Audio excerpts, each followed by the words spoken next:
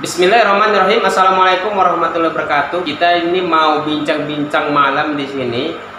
Ini bersama Bang Ahmad Heri Santoso, pemilik apa Bang? Adiguna Fish Farm. Adiguna Fish Farm ya. Jadi ini bergerak di bidang apa ini Bang? Di bidang perikanan, pertanian. Jenisnya? Kalau misalkan kita yang dibudidayakan tuh? Yang pastinya kita gunakan teknologi yang terkini kan. Salah satu contohnya kalau misalkan di bidang perikanan kita lebih utama fokusnya di bibit air tawar. Kalau di bagian pertaniannya kita menggunakan teknologi seperti teknologi hidroponik, aquaponik.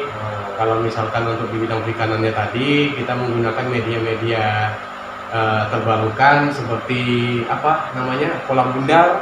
Oh, kolbun ya, kolam bundar ya. Kolam bundar bioflok itu ya. biasanya itu. Dari terpolin ya, Jawa Ya.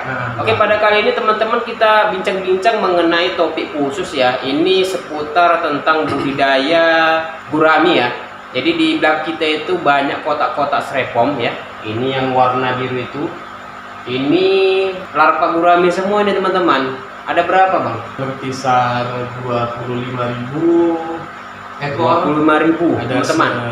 Ada 10 kotak, tiap kotak styrofoam 2.500 ekor. Itu kita boleh nanya Bang, kira-kira bagaimana proses dari telurnya itu sampai ini hari keberapa Bang? Ini lebih kurang di hari kelima ini Bang. Hari kelima dari semenjak kita kutip telur.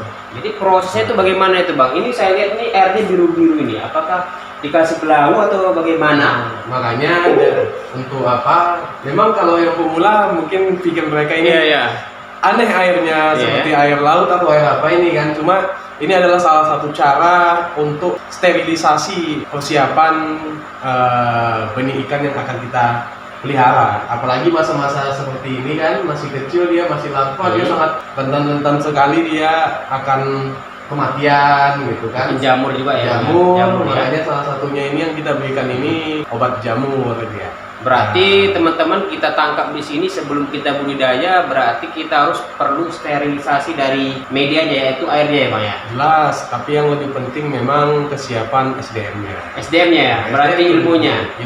Berarti kata kuncinya sebelum kita menekuni suatu bidang kita harus kuasai dulu ilmunya ya teman-teman ya.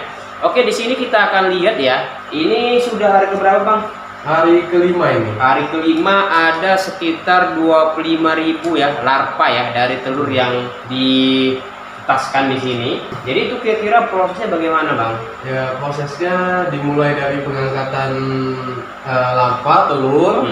Pengangkatannya panjang prosesnya sebetulnya sampai ke proses pemindahan perawatan larva gurami dipelihara secara intensif seperti ini.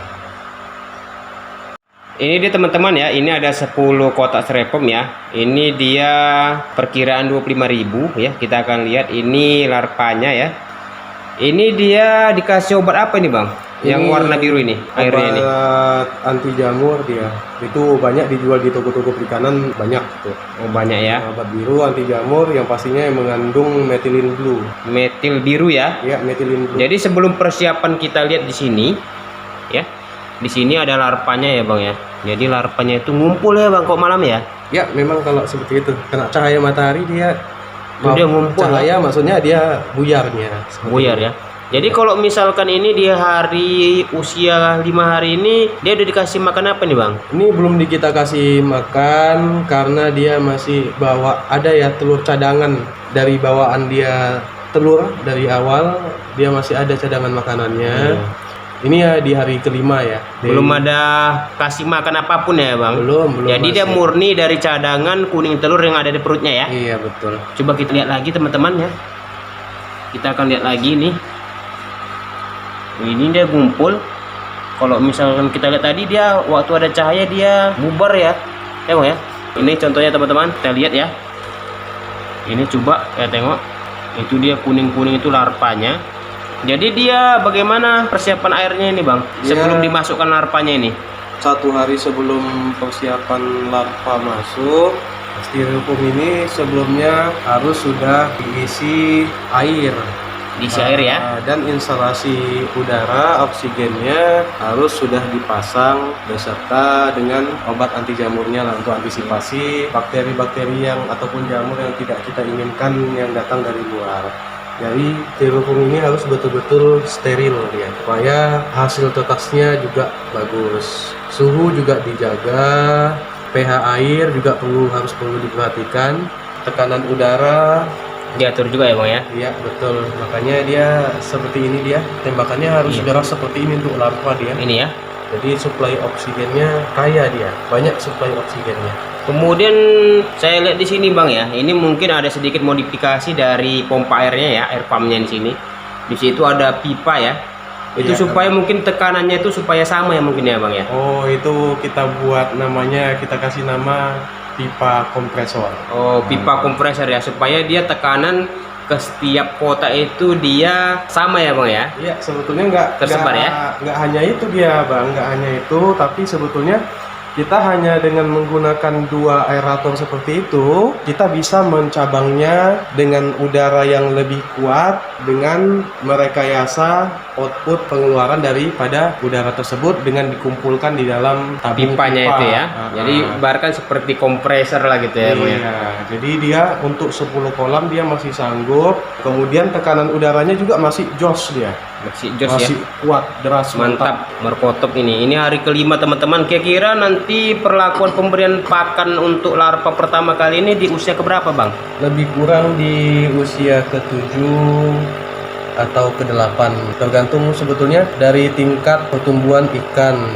Dia ditandai biasanya ikan udah mulai kusut dia cadangan makanannya, kemudian ikan sudah dominan berwarna hitam. Oh, ini masih kuning ya Bang ya? Iya. Masih kuning ya. Jadi nanti ada dia tanda-tandanya teman-teman ya. Kita lihat dari mungkin menipisnya kuning telur di perutnya juga. Mungkin itu tanda-tanda ya Bang ya. Iya, betul. Kemudian dia berpencar, berenang untuk mencari mungkin natural alaminya untuk mencari pakan ya.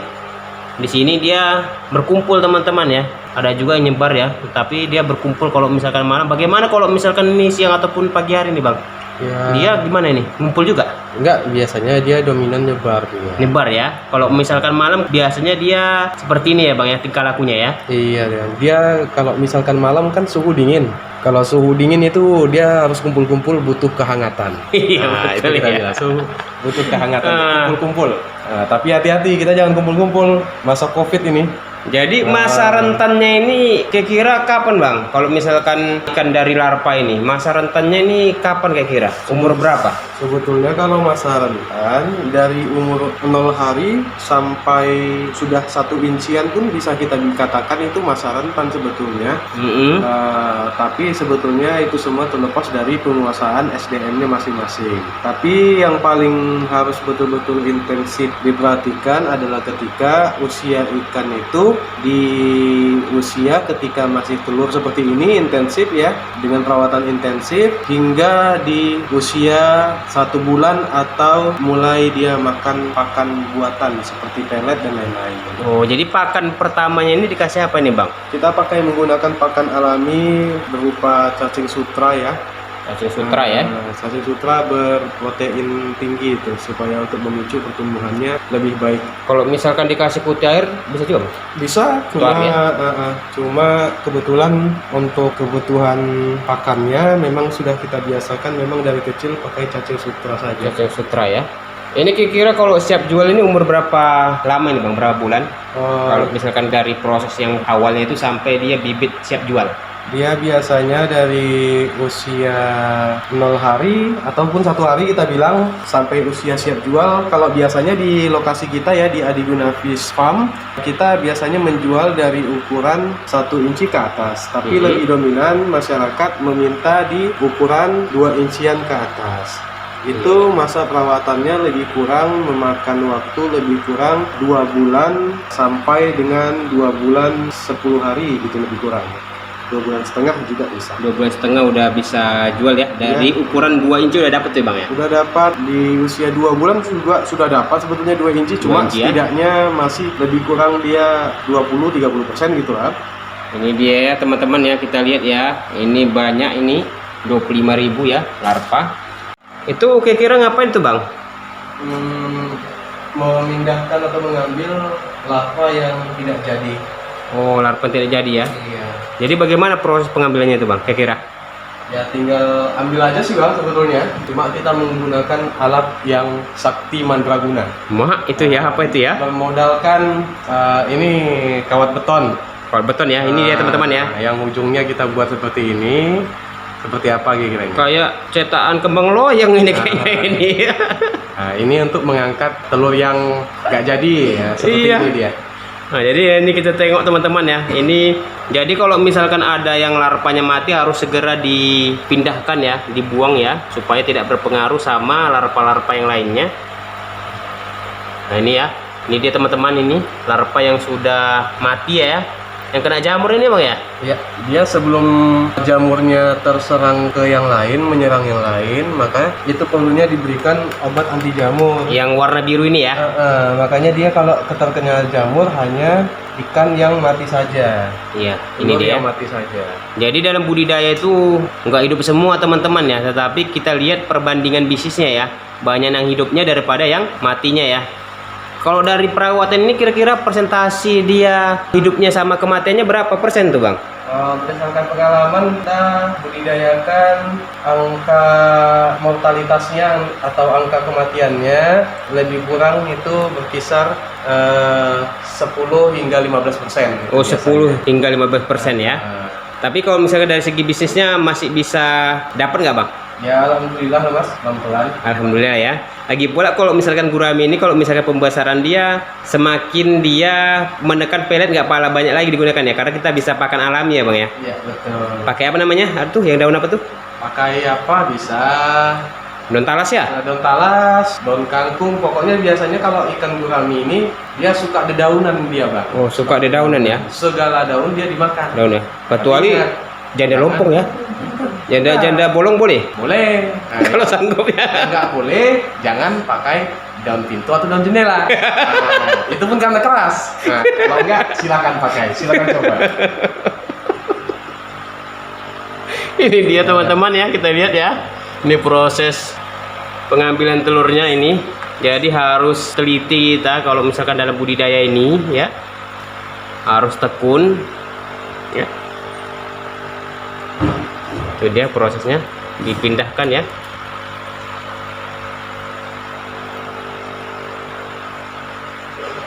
Kita lihat. Oke, tadi itu dia teman-teman ya, bincang-bincang kita tadi bersama pemilik Adiguna Fish Farm ya.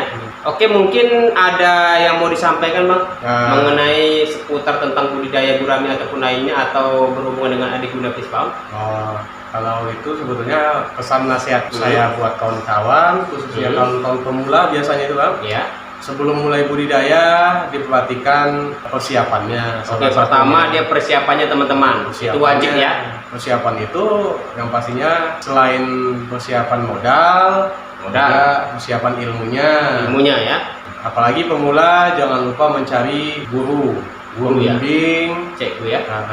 Kemudian mental juga harus disiapkan, mental pengusaha gitu kan. Sembari membangun usaha, kita juga harus bisa membangun channel. Berarti kita buat link lah ya, link betul, untuk jalur distribusinya ataupun dia sampai marketing atau pemasarannya mungkin di sini teman-teman ya. Kerjasama sama dengan teman-teman mitra juga itu perlu, bagus itu. Kemudian kalau saya sih mengatakan selalu sama mitra-mitra saya di Adiguna Fish Farm ya, khususnya yang di daerah Asahan, Batubara, Tanjung Balai. Selalu kita sampaikan itu persiapan awal itu menentukan hasil akhir. Itu dia teman-teman, yang perlu digarisbawahi, persiapan awal sangat menentukan hasil akhir ya. Oke, itu dulu teman-teman ya mengenai bincang-bincang kita bersama Bang Ahmad Eri Santoso. Terima kasih Bang sudah berbagi ilmu. Mungkin nanti kita bisa tanya-tanya lagi ya. Jadi bukan hanya gurami juga teman-teman, ada juga ikan-ikan lainnya. Ada ikan lele ya, kemudian ikan apa? Kanila ya. Ikan apa lagi? Ikan pauja dah. Oke, mungkin itu aja. Terima kasih sudah menonton ya. Jangan lupa dukung terus dengan klik like, subscribe, dan aktifkan tanda loncengnya untuk mendapatkan update video-video terbaru. Terima kasih teman-teman. Assalamualaikum warahmatullahi wabarakatuh. Maju terus perikanan Indonesia. Oke, mantap. Gas terus. Gas terus.